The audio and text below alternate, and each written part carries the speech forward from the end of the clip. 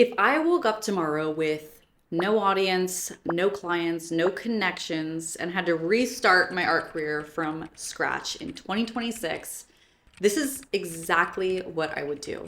And honestly, I've had to do this before when I started my career. It just took me a very long time because I didn't actually have any plan in place. I've been a freelance illustrator for nearly the past decade. My art's been in Target and Walmart and Amazon. What really led me into going freelance was getting constantly rejected by full-time jobs. And the thought of freelancing and being my own business had always enticed me, but it scared me more because I was just like, I don't really see anyone around me doing that. So it feels like it's not possible. So I'm just gonna apply to different jobs and just kind of follow what everyone else is doing.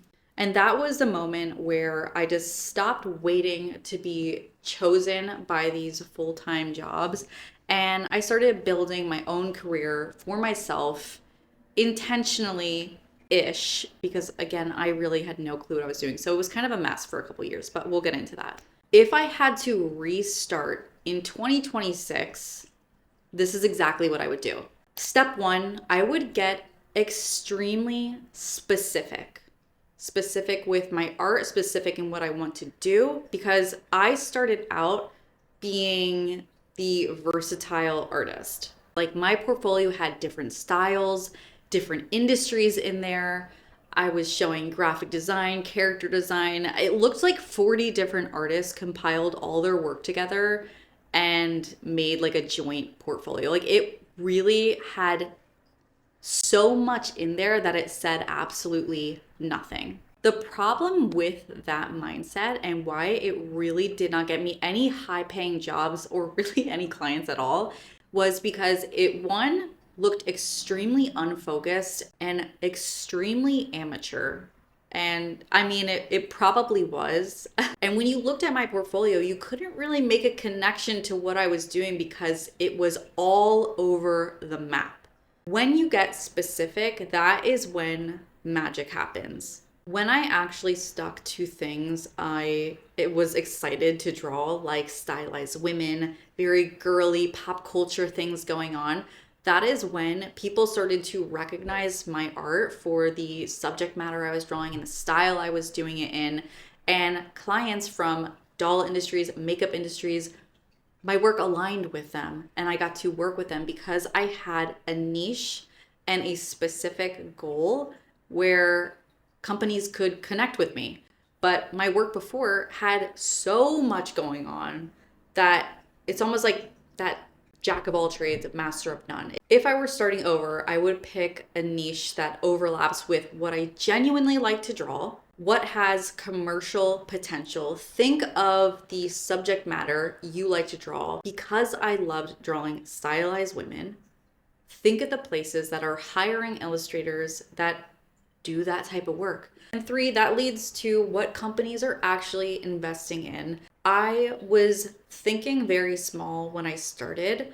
I was doing portraits for a very cheap price. I was not thinking big in terms of what could actually bring in a livable wage for me. I was doing commissions for like $40. The demand was not high enough and the time it took, it just did not equate to a sustainable way I could make money. So I needed to step out of that mindset and really look at who's investing in this type of art. What industry is that? That brings me to step two, where I would think of my list of dream clients I want to work with, and I would reverse engineer a project for them, specifically for that one client.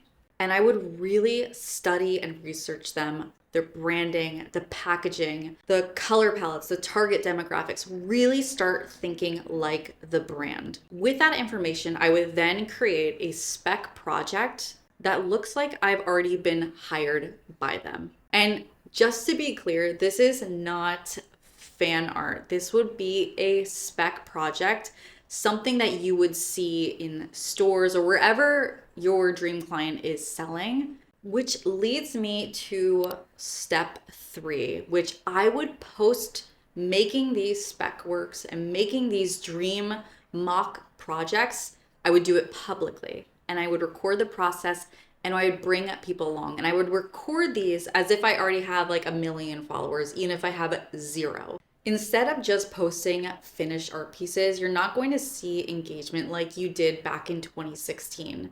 When you're bringing people on this journey of, hey, I want to work with this company. This is exactly what I would do if they were going to do a series that is sold in Target.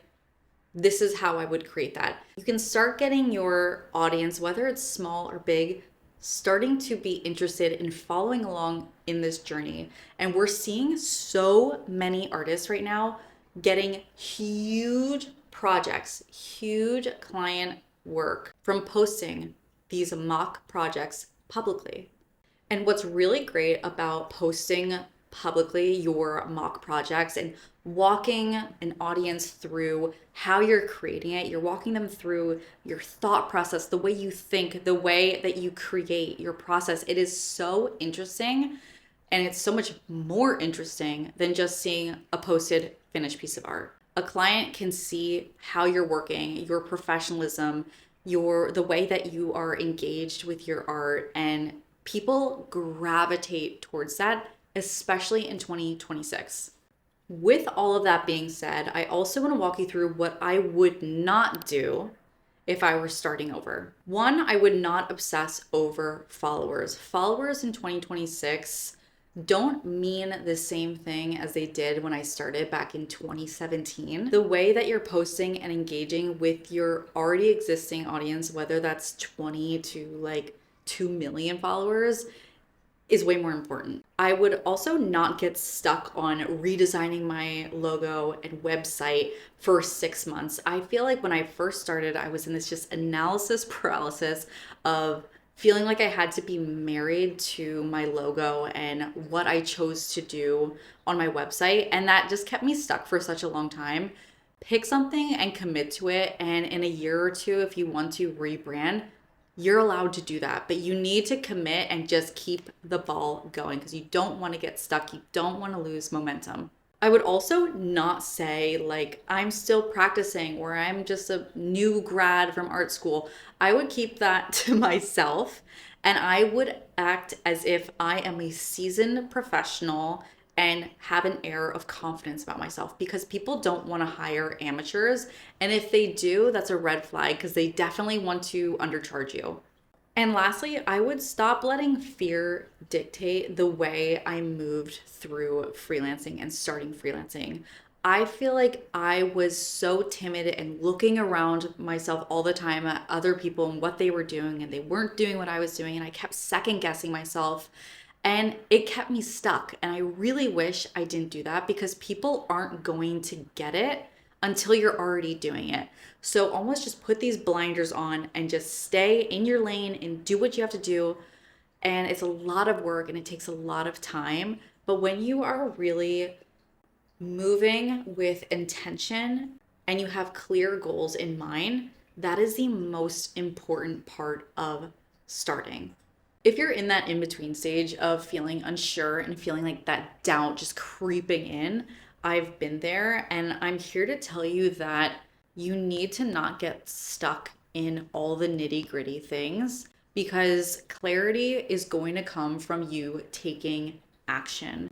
And when you're taking action on these very specific goals of figuring out exactly what your niche is, who's going to pay you for that niche, and then posting it publicly and sharing your skill and your process and the way you think, you're going to have a clear goal and that's going to get you so much further, so much faster.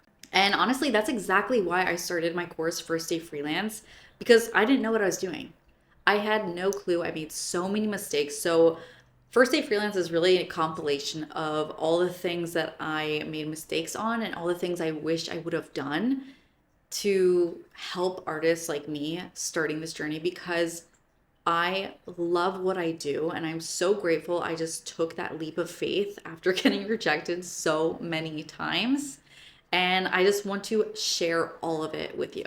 If you have any specific questions on freelancing, what I do, if you want to hear some client horror stories, see my terrible portfolio that I was sending out when I first started, let me know in the comments, and I will see you in the next video. Bye.